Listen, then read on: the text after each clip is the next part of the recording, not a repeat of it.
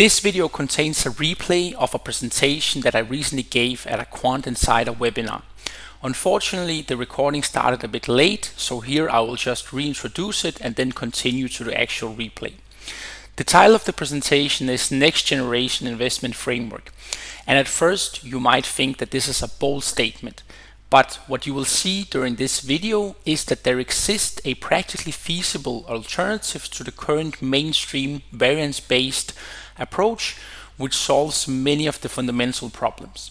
So basically, this investment framework and its methods are carefully presented in the Portfolio Construction and Risk Management book. And you can actually get access to the latest PDF version of the book by following this Substack link or scanning this QR code. So if you go to this link and you scroll down to the bottom, then you will see that there's a download button where you can get the latest version of the book. So I'm still editing this book in public. So if you see something that is unclear or even worse, you spot a typo or something like that, then please let me know so I can correct it. So to the book, there is also accompanied Python code, which you can find on this GitHub link or by scanning this QR code. So here, if you go to this link, you can see that there's a code folder, and there for each of the chapters, you will find Jupyter notebooks that illustrates the examples. And basically this Python code, it's an integral part of studying the book, because the book will present the theory and show you the results of the case studies, and then the code actually shows you how the computations have been performed, so that you can verify that you also understand these methods from a practical perspective. Alright, so the remaining part of this video will just warm you up for really studying this book carefully so that you have the full overview of how to approach it, and it will probably make things easier for you.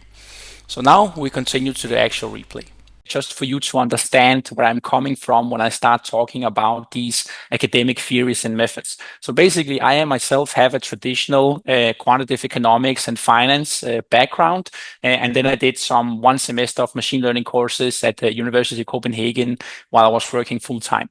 And yes, I was a teaching assistant in mathematics, statistics, and econometrics, doing a lot of programming, and this is what I believe are the main benefits of university education, because these are the things that will actually be useful for you in practice.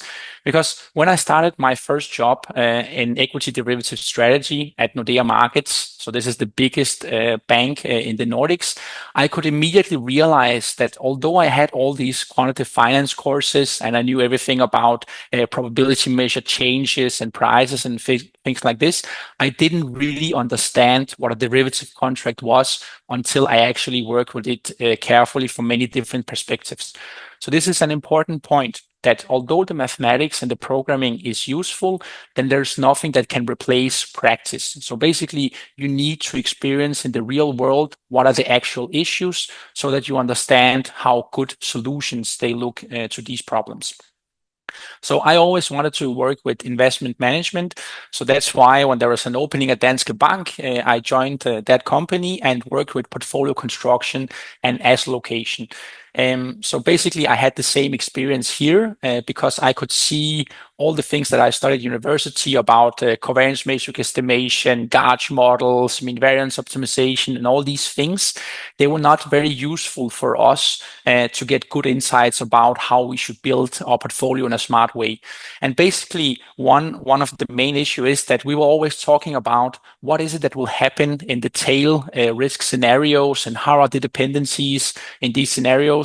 While when you work with mean variance, Black Litterman, and things like that, it doesn't really allow you to analyze these things. So early versions of the framework and methods that you will see today have been developed here at Danske Bank, where I have used it in practice to manage complex multi-asset portfolios that include derivatives, leverage, and things like that. And this is something that we have done successfully. And we found that these methods are actually able to give us the insights that we want.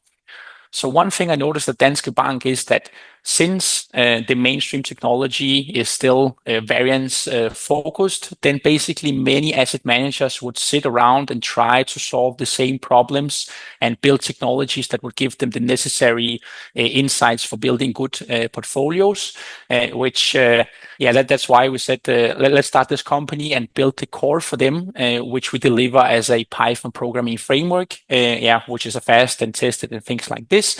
And actually, we have some institutional investors here in the Nordics using the system who also find it to solve the problems that they have. All right. So what is it then that is the big issue with mean variance, Black Litterman, and things like this? The first obvious one is that these methods, they assume that markets, they behave according to these nice bell-shaped distributions, such as the normal distribution or the t-distribution. But as soon as we just do some elementary data analysis, then we can see that the real world is very, very different from these nice curves. So basically here, you can see the yearly return on S&P 500 for 20-something years. And then you have the best possible calibration with the normal distribution here with the orange curve. So this is if you exactly know the mean and the variance, then this is the best approximation that you can make. So what we can see immediately is that scenarios where you have lost 40 or 20% have happened much more frequently in practice than these nice bell-shaped curves will predict. And also, when we are using mean variance, there's also the fundamental question of what is investment risk? Because when we are minimizing the variance of a portfolio, we are also trying to minimize the upside as much as the downside. But of course, when you invest in the markets, then you're probably not worried about becoming too rich. And also, if you have some clients that you manage money for, they also would want to have as much upside as possible. So it is these scenarios where you experience large losses or drawdowns. That's what is perceived as investment risk. So everything we do is try to build portfolios in a smart way so that they perform well if we have these risk-off scenarios compared to mean variance. So there's also one thing with mean variance that people tend to forget is that when you have the covariance matrix, it only allows for constant and linear dependencies, no matter if the markets increase by 10% or if they fall by 40%. But almost all investment managers that I talk to, they have this understanding that there's one set of dependencies on the normal and calm conditions and another set of dependencies when we have these significant risk-off scenarios. And it's actually interesting that even the people who continue to promote and justify mean variance, they have this understanding that the correlations, they go to 1 in risk-off scenarios and things like that. But then somehow they still just, use one covariance matrix and mean variance analysis and things like this. So there is this logical inconsistency. And I would say that this is actually a common theme if you think about it for many of these academic theories. Okay. So the final point is that when you're using mean variance and making this elliptical distribution assumption, you're probably not making this mistake just for S&P 500. You're probably making it for all the investments that you have in your portfolio, because you can see S&P 500, it consists of 500 stocks, and they probably all have these nasty left tails that do not cancel out when we aggregate them into one portfolio. And even if you look at a multi-asset portfolio, you will also see that it has these significant losses and drawdowns usually.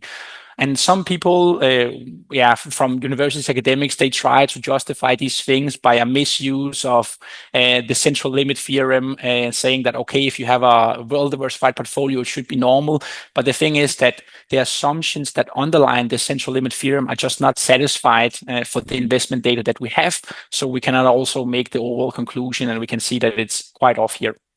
So just to dive in a bit more into into investment distributions, such that the results are well established here. This is just some analysis from the portfolio construction and risk management book, which just gives us some elementary statistics for daily, monthly, and yearly returns. And when we look here, it's quite obvious that the deviations from the normal distributions are very significant because we have a very high kurtosis, we have some skewness. So what some academics then they try to do is say, okay, let's look at 1 month horizon. So 1 month horizon, we can see that the kurtosis comes down, but then we still have a lot of negative skewness here. So then they look at the 1 year horizon, and then they say, oh, but look here, for this technology index, the kurtosis actually comes closer to 3. So, this is the value of the normal distribution. But of course, this is a very, very naive test for normality, because we also must take the skewness into account. And even if you just look at these statistics, then there are many different distributional shapes that can generate these things. So basically, naive tests like this, just looking at the kurtosis, are used to sometimes in combination with the central limit arguments to try to justify that distribution on a longer horizon should be normal. But again, if you just look a bit at the data, that's not what we find, because if you look at this technology index, even though the kurtosis approached 3, then you can see it has some very, very nasty left tails. So basically, no matter how we twist and turn it, the current mainstream standard with mean variance, Black-Lederman, CAPM, and all these things, it's probably not very useful to build good portfolios with good tail risk adjusted returns.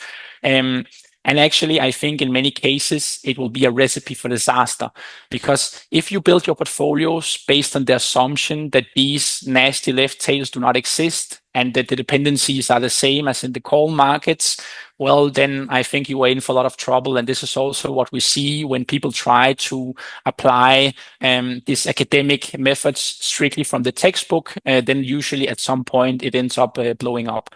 So just another comment here that I want to illustrate is that about the scientific quality of the mainstream fears we have at the moment. So if you do not know who this is the late Jim Simmons, who is the founder of probably the most successful quantitative investment management hedge fund. And they are very careful about hiring good scientists. And somehow they came up with this rule of thumb that they will not hire people with traditional finance and economics backgrounds. So, it should tell you a lot about the scientific quality of these methods and this framework. I would say that I believe that people with traditional finance economics background can still be good scientists. And I also see someone who actually tries to address all these issues in academia. But unfortunately, there is a big group who see this publicly funded academia as their own private business venture and wants to continue to sell this mean variance, Black-Lederman, and these things. So that's the people that I'm criticizing, and of course also some of the silent majority, because they are usually well aware of these self-serving biases in academia as it is right now. Okay, so just final comment is that for you to understand the issues with the academic theories is that they are usually exactly wrong, in the sense that they are very sloppy about the fundamental assumptions, and then they try to be very, very precise about the details. But it doesn't really matter if it's just an imaginary world which is very, very far from the one that we live in. So basically, you could also view it as it's very, very biased with a very, very low variance. So basically, people, they write papers about some adjustment to mean variance, some adjustment to a gauge model or something like this, but it all doesn't really matter if it's fundamentally wrong.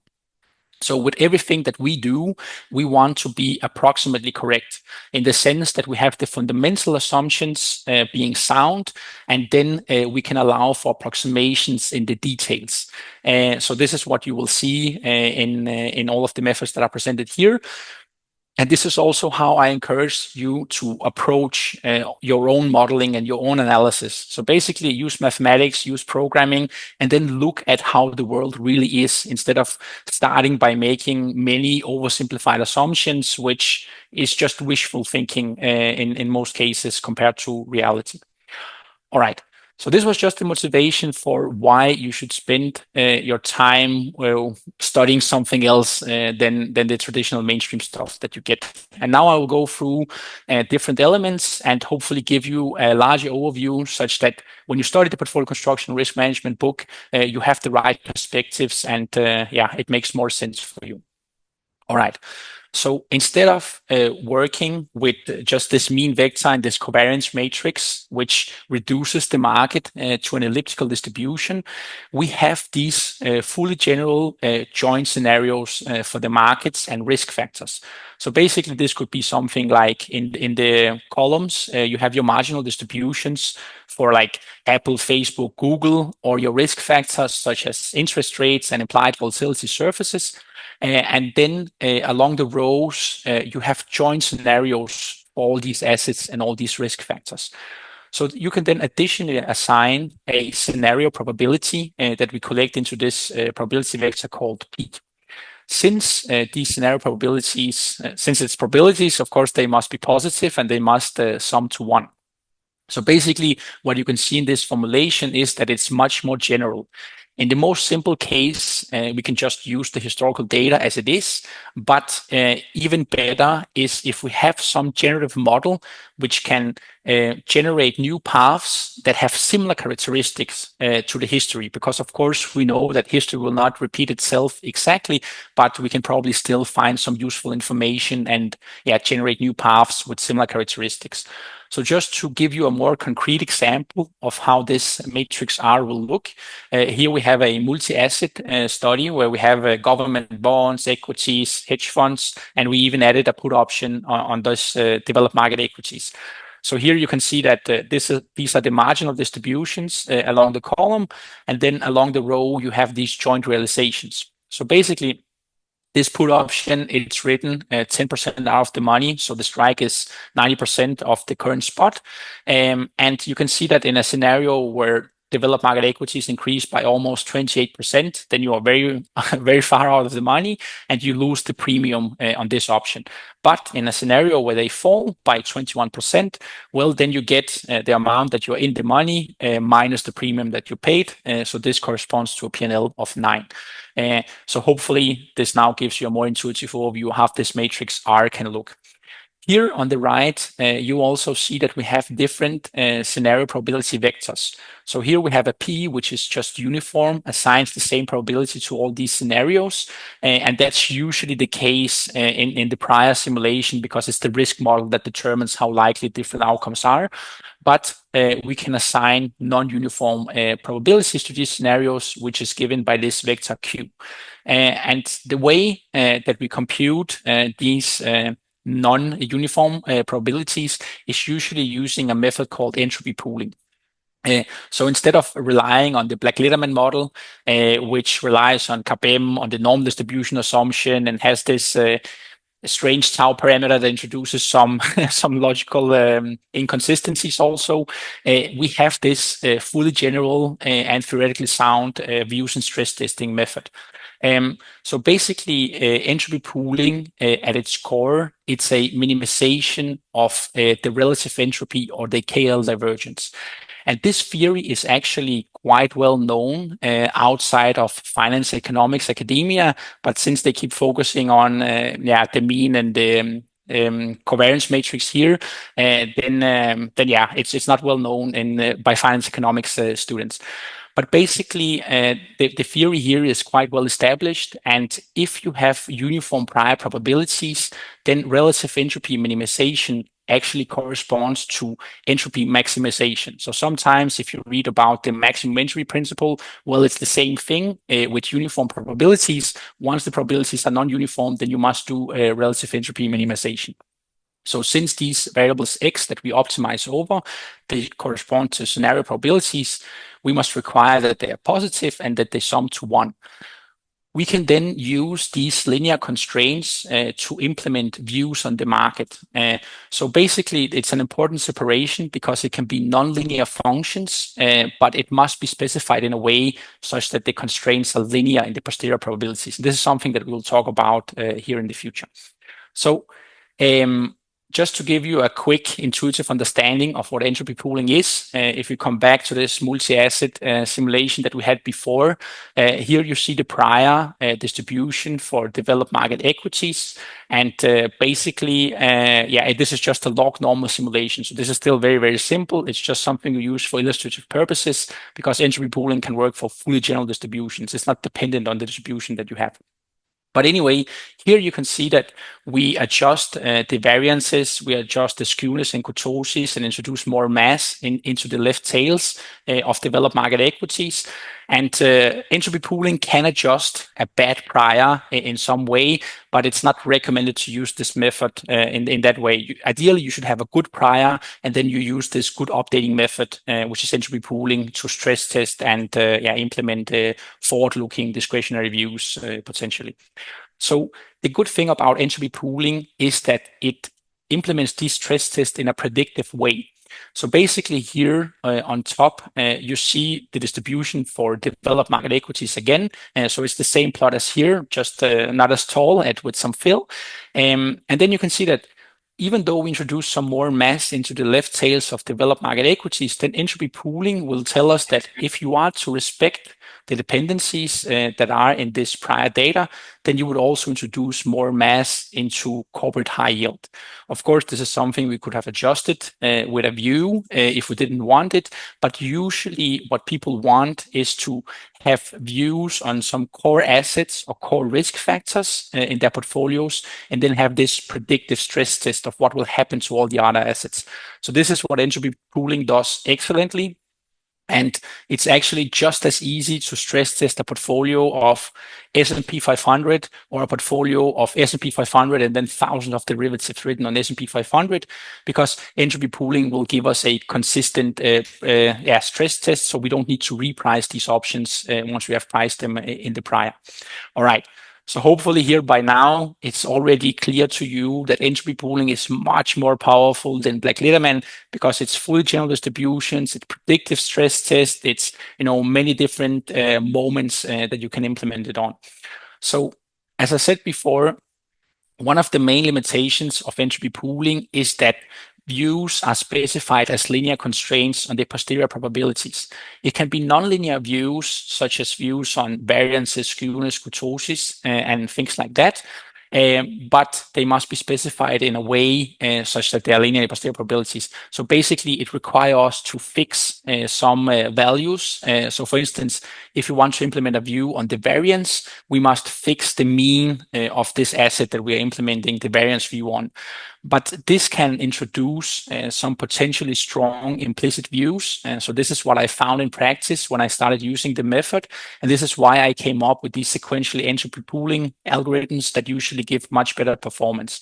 So basically, if you think about a portfolio where you have US equities and European equities, and let's say you implement a view that the expected return on European equities should be much lower than in the prior simulation, well, then entropy pooling will probably predict that the expected return on US equities will also be lower. So if you then have a variance view on US equities and you are forced to use just the prior mean, as the original suggestion is, then you can see that there is this implicit view that we want to avoid. So what these sequential algorithms, they do is try to come up with better fixed values that we can use when necessary. So basically, we would then take all our mean views and then process them first, and then we will get an update of all the mean parameters, which we can use when we implement our volatility views. Then we process the mean and volatility views, and then we can continue to skewness and kurtosis, where we can fix the means and fix the volatilities, and then finally until the correlations. So it's also possible to implement views on value at risk and conditional value at risk.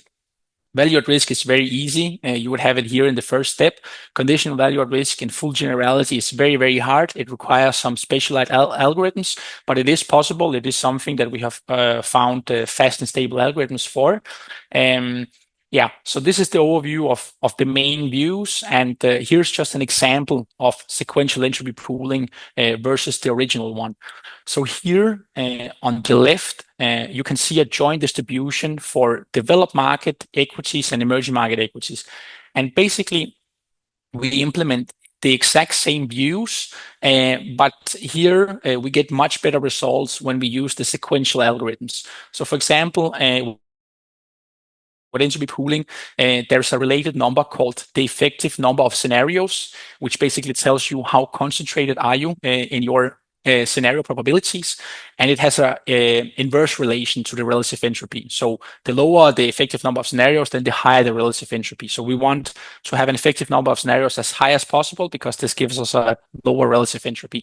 So here what you can see is that for the same set of views, we get a significantly higher effective number of scenarios, and we also get a distribution that looks more like something that we would expect in practice. So that's of course also an important thing. It's not just sufficient just to be able to solve the problem. We also want it to be a good solution. Another interesting thing is also that sequential entropy pooling allows you to perform some views and stress testing, which the original approach simply cannot solve. So here we mimic a tail diversification failure stress test. So you can imagine that you have a 60-40 equity and bond portfolio. We calculate the CVaR of this portfolio, and then we implement the view that the expected return of the portfolio should be equal to the CVaR. But not only that, the correlation goes from -30 to +30. So this is what you see here for the joint distribution, where the correlation was first negative. It goes to something which is positive. And you can see that there is a change in both the mean and the volatility of equities and bonds. But if we use just the original entropy pooling, which tells us that we have to fix means and volatilities to the prior values when we implement correlation views, well, then it's impossible to solve this problem. But with the sequential processing, it's no problem because we just process the means, the volatilities, and then finally the correlations such that we can get these scenarios. A good thing about these joint scenarios is, of course, that it allows you to quite clearly see what are the joint scenarios that you need to hedge if you want to equip this portfolio with a tail risk hedge, for example. So you can do something which is more clever than just outright hedging of, let's say, just the equity part or something like this, because, as you probably know, this is quite expensive buying, let's say, put options outright. All right. So how you come up with the entropy pooling views, you have full flexibility, and you can even also add some confidence in things like this. So it might be that one day you just woke up and you had a pain in your back and you felt that the expected return on S&P 500 should be 5%. So that's of course not how we recommend that you use this method, and there's probably not much alpha in using it in this way. But the point is that as an investment manager, you usually have some investment constraints, and then it's entirely up to you how you decide on the investment strategy, how you perform the risk management, and things like that. But what we find is that people usually want to have some additional structure on how they implement these entropy pooling views. So in many cases, taking some macroeconomic information and then transforming it into the P&L in their portfolio. So this is what this causal predictive market views and stress testing framework that we have, where basically it's a Bayesian network on top of entropy pooling, and then the Bayesian network will generate joint causal views that you can then implement entropy pooling to see what the effect is.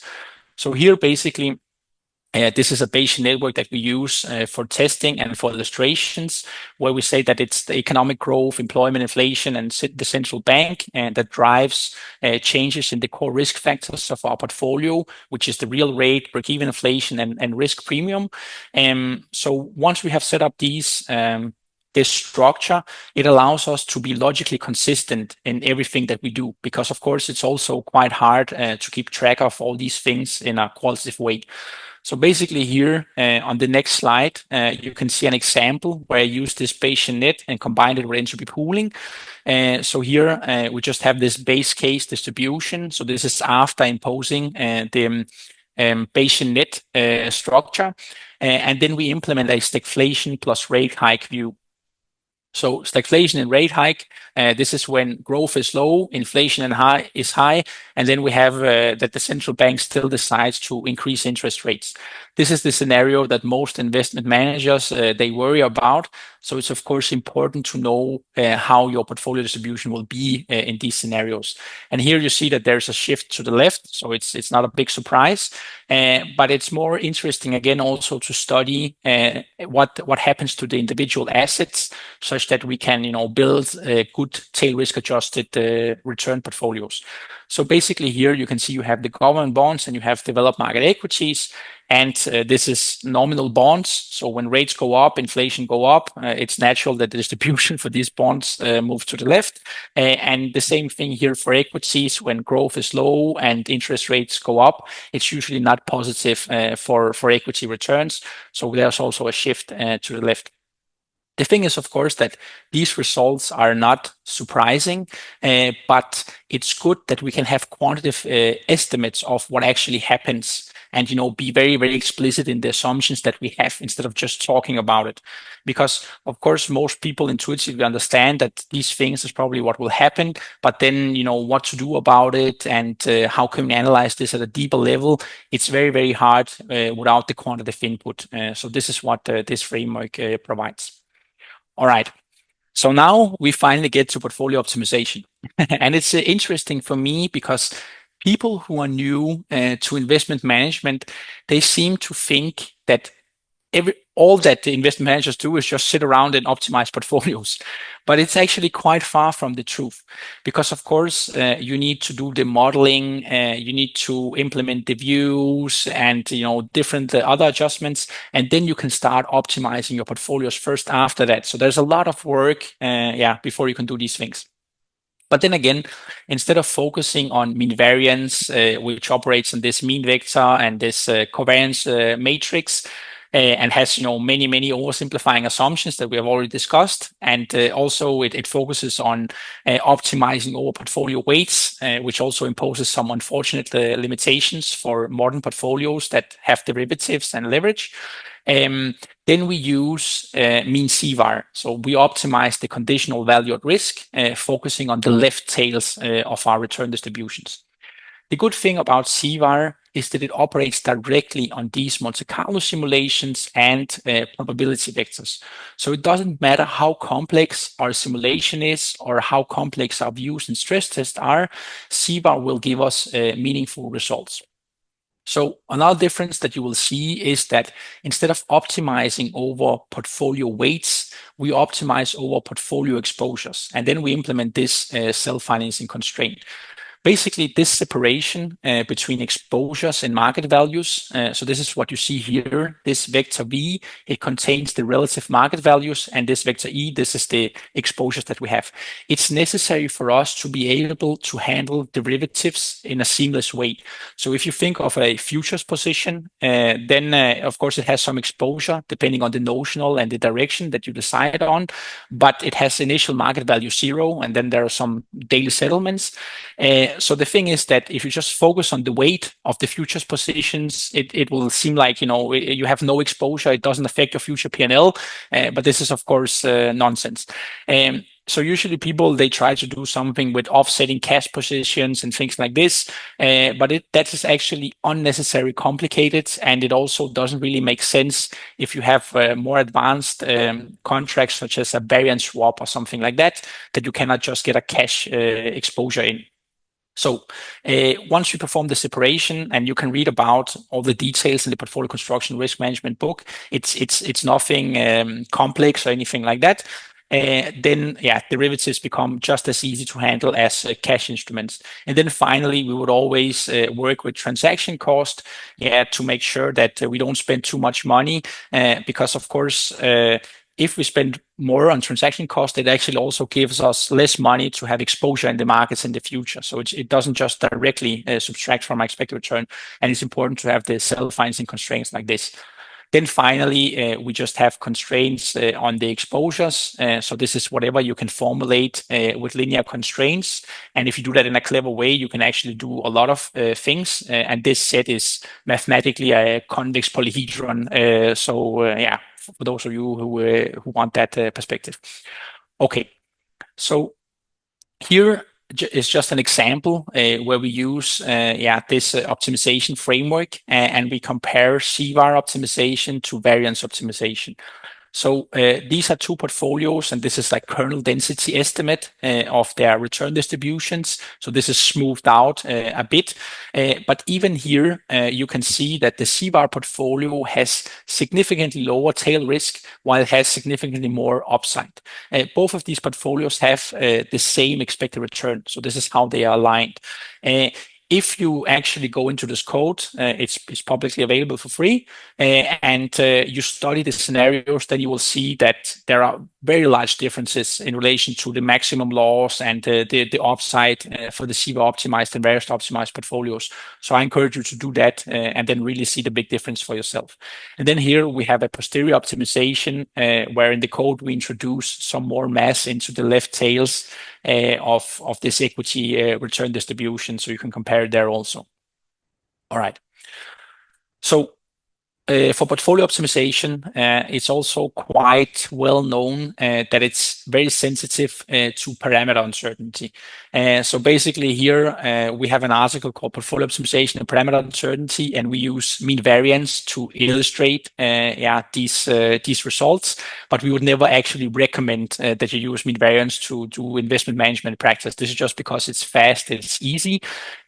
So what you can see here is that for some expected return vector and covariance matrix, we compute an efficient frontier, and then after that we sample 10 observations from this distribution and then re-estimate the means, the variances, and the correlations. So what you can see here is that the means, they affect how the portfolios look a lot more than the variances and then the correlations. So that's probably the most important thing for you to take into account when you do portfolio optimization. So this resampled efficiency, it was actually introduced 20 some years ago. And then again, it was focused on the efficient frontier, on mean variance and things like that. But you don't have to do it in this way. You can use it for other risk measures, such as the CVaR and for single portfolios. And if you want to do something where you have derivatives, it's also good to use entropy pooling to make sure that you get consistent stress testing of them. So yeah, you can do a lot more than this original suggestion, and we present it in this article and then even more deeply in the portfolio construction and risk management book. So basically, this is what this slide illustrates, that we are not constrained to just using equal weights. So when this resample efficiency it was introduced, it basically said, okay, optimize the efficient frontier, let's say 1,000 times, and then select some index on the efficient frontier, and then just take an average over the exposures that you have there.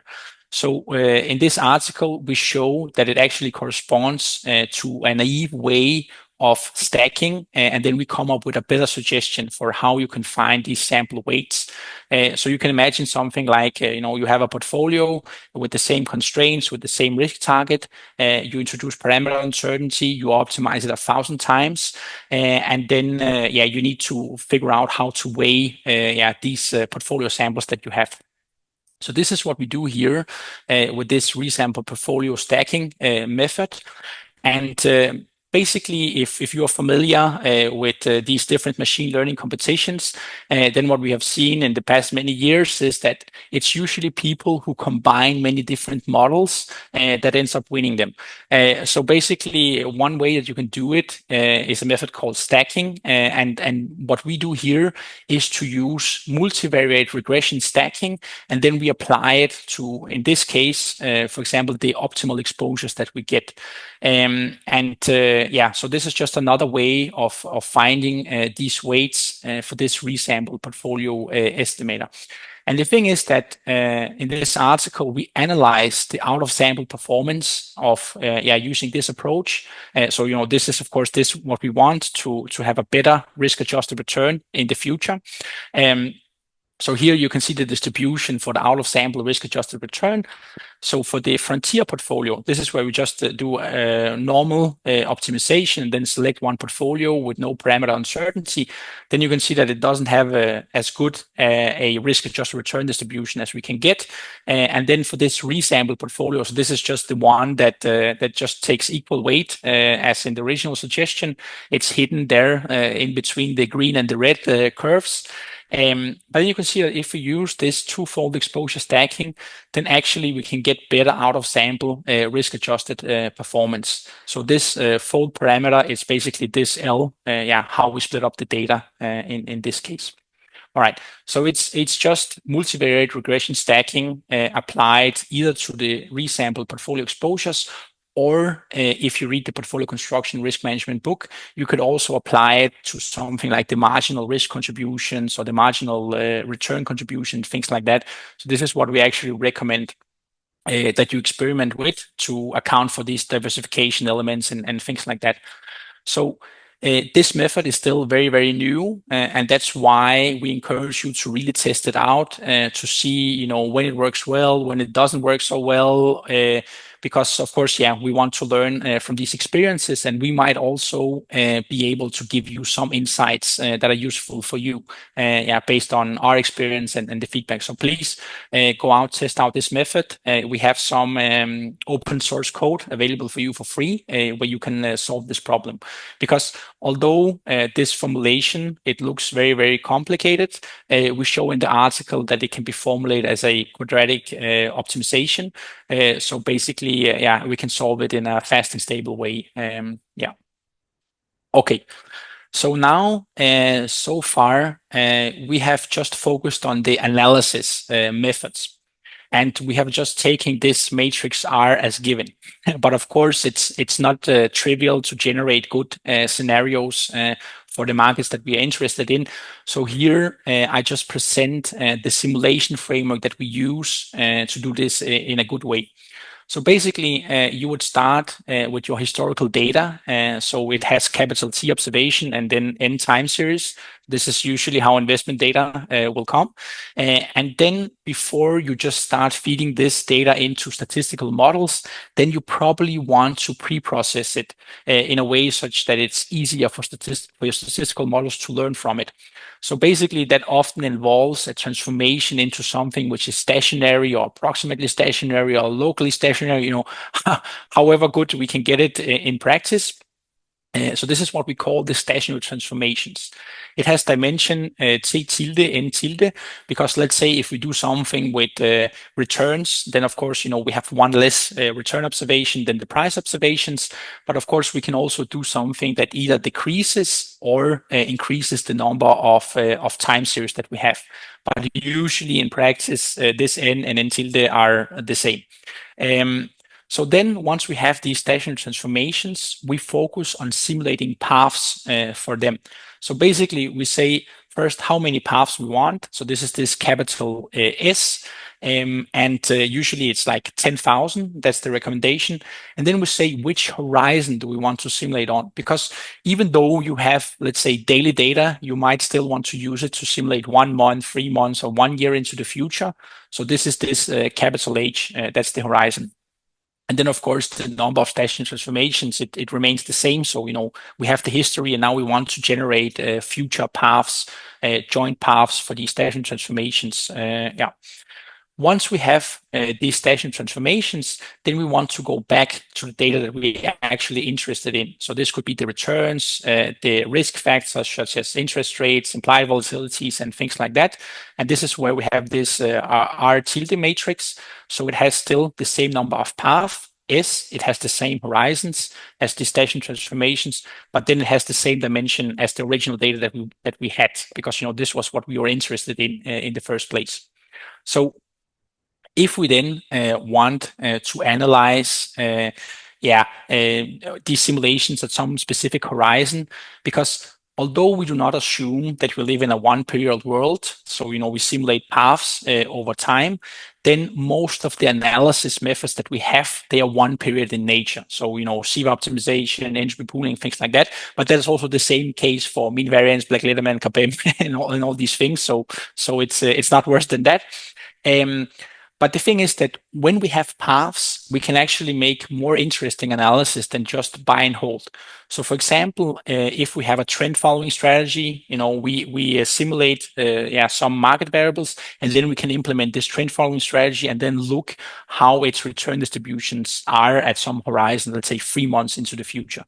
Also, if we decide to implement some tail risk hedging with a put option, one strategy is just to buy the option, then hold it to expiry. Another strategy could be to buy the option and then delta hedge it to realize this gamma over time.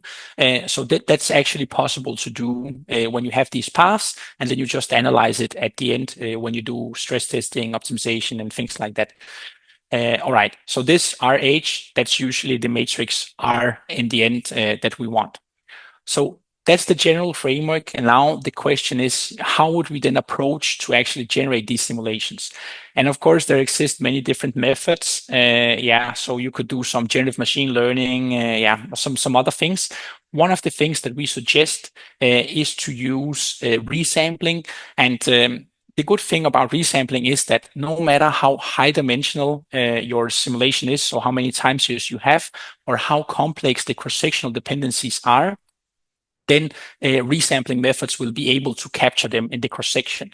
Where resampling methods, they struggle is to capture the time series dependencies that are still remaining in the stationary transformations that we have. So this is why we recently introduced this time and state dependent resampling class, where basically you can introduce some time dependence such as like exponential time decay, but also some state dependence.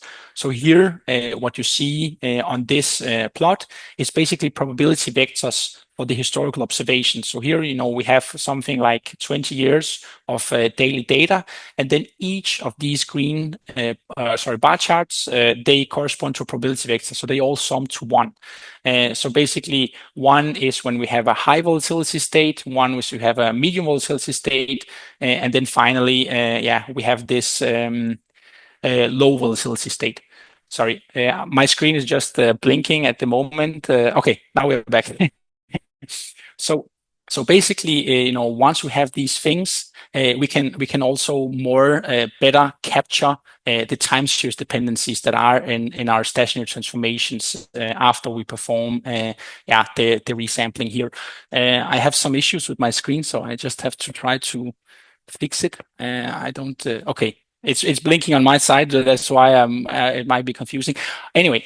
So when we do this time and state dependent resampling, then we are able to capture all elements, and that's what I will show you here. So basically, there's also one approach that in the current mainstream we have something like there's a common type that we have a long-term model and a short-term model, and this creates some issues when you do one simulation that you want to do. So that's not what we recommend. We recommend that you use the same model, and then basically what you would see is that the current state, it matters more on the short horizon than on the longer horizon. So here, for instance, you see 1 month return distributions for the equity index. So if we condition on having a low implied volatility, well, then you see that the distribution is a bit narrower, while if you condition on a high implied volatility, then the distribution is wider. And then if you condition something medium, well, then we are in between. So this makes sense. But if you look at a longer horizon, then you can see that this state dependence starts to disappear. So you can also think about it that if the VIX is high right now, well, then in 1 month's time, probably the realized volatility is higher. So even though VIX is not a perfect predictor of the realized volatility, it has some predictive power. But on a 1-year horizon or 3-year horizon, then it doesn't really matter what the value of VIX is, or at least not as much. The state dependence here should disappear. So One of the excuses that people usually use for having this separation between a long-term and a short-term model is that on the short term, you know what you have in your portfolio, and in the long term, you don't know what you have in your portfolio. But this is just, a rebalancing assumption, and you can't really get away from it because, usually these long-term models, they are more simple than the short-term ones. For us, if you just focus on simulating the risk factors, then you can perform all the pricing and all the rebalancing that you want afterwards, and everything will be simulated in a consistent way. So this is what we show here, that generally you want to focus on simulating risk factors. So here you see a 1-month distribution of a government zero coupon curve. So you can imagine that this is something like the US government bond curve. And once we have a simulation for the interest rate curve, we can, of course, price all the US government bonds that we want based on this. So here, actually, you see 10,000 different interest rate curves that you can then use for pricing however you want. And if you have some bond portfolio where you want to maintain, let's say, a duration of 7 years, something like that, well, then you can easily do that through the rebalancing when you simulate longer time into the future. And this becomes especially important when you work with derivatives, because let's say that if you have some historical data for a put option that lived for 3 months at some historical period in time where the market was at some specific level, then of course, if you just resample, these prices or these returns, then it doesn't really make much sense into the future. But we can probably learn something that can be useful for future simulations about how the implied volatility surface behaved during that period. So that's what we would do, take the implied volatilities and then simulate them jointly with the underlying, so we can compute the P&L at different horizons. So in this example, it's also in the portfolio construction risk management book. So you can see how all of this is computed.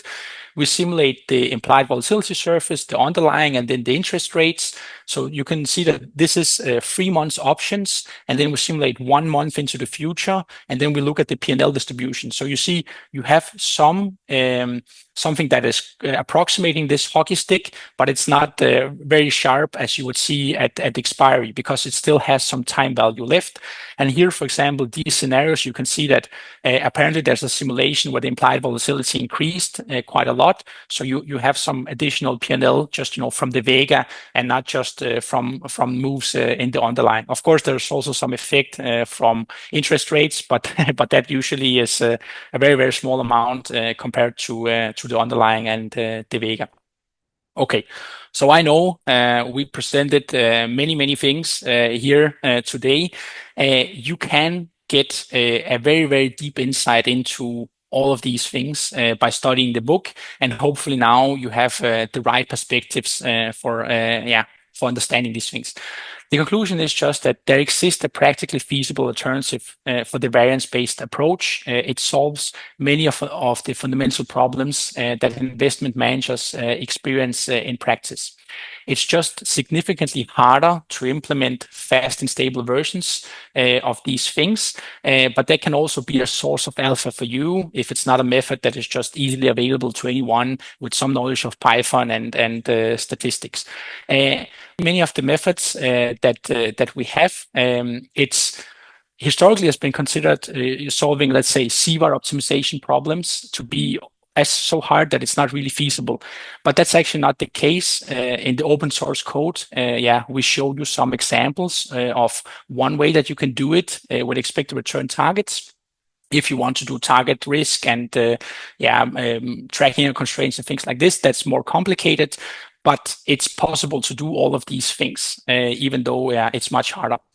I encourage you to not just take my word for it. Just go in and read this portfolio construction risk management book. Study it from a strict logical perspective, because every time someone does that, they end up with the conclusion that yes, these methods from a strict logical perspective are strictly better than mean variance, Black Litterman, and things like that. And then also work with this Python code so that you can see that if you understand the theory, apply it to basic case studies here in practice. Yeah, usually, unfortunately, you will not hear about these methods from university academics because they have written so many papers about mean variance, gauge, things like this, and there are so many books, so many courses, and it seems that the current academic structure motivates them to just to stick to these things and keep selling them as long as they can. So do yourself a favor and do your friend a favor and tell about this different alternative because you probably will not see it other places right now. So also respect to Quant Insider for actually bringing this stuff to you so that you can see what is actually possible if you go beyond the usual academic stuff. So here I still have this blinking screen, okay, but now for the end, I encourage you to stay in touch. So if you want to connect on LinkedIn, please do this by scanning this QR code.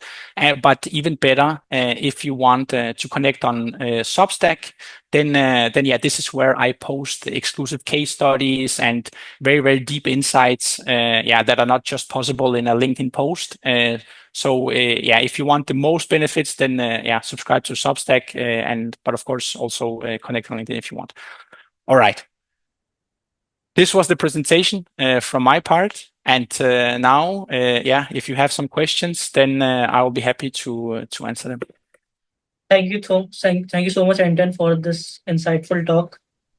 I think we are open for Q&A. People can put their questions and we will take up one by one.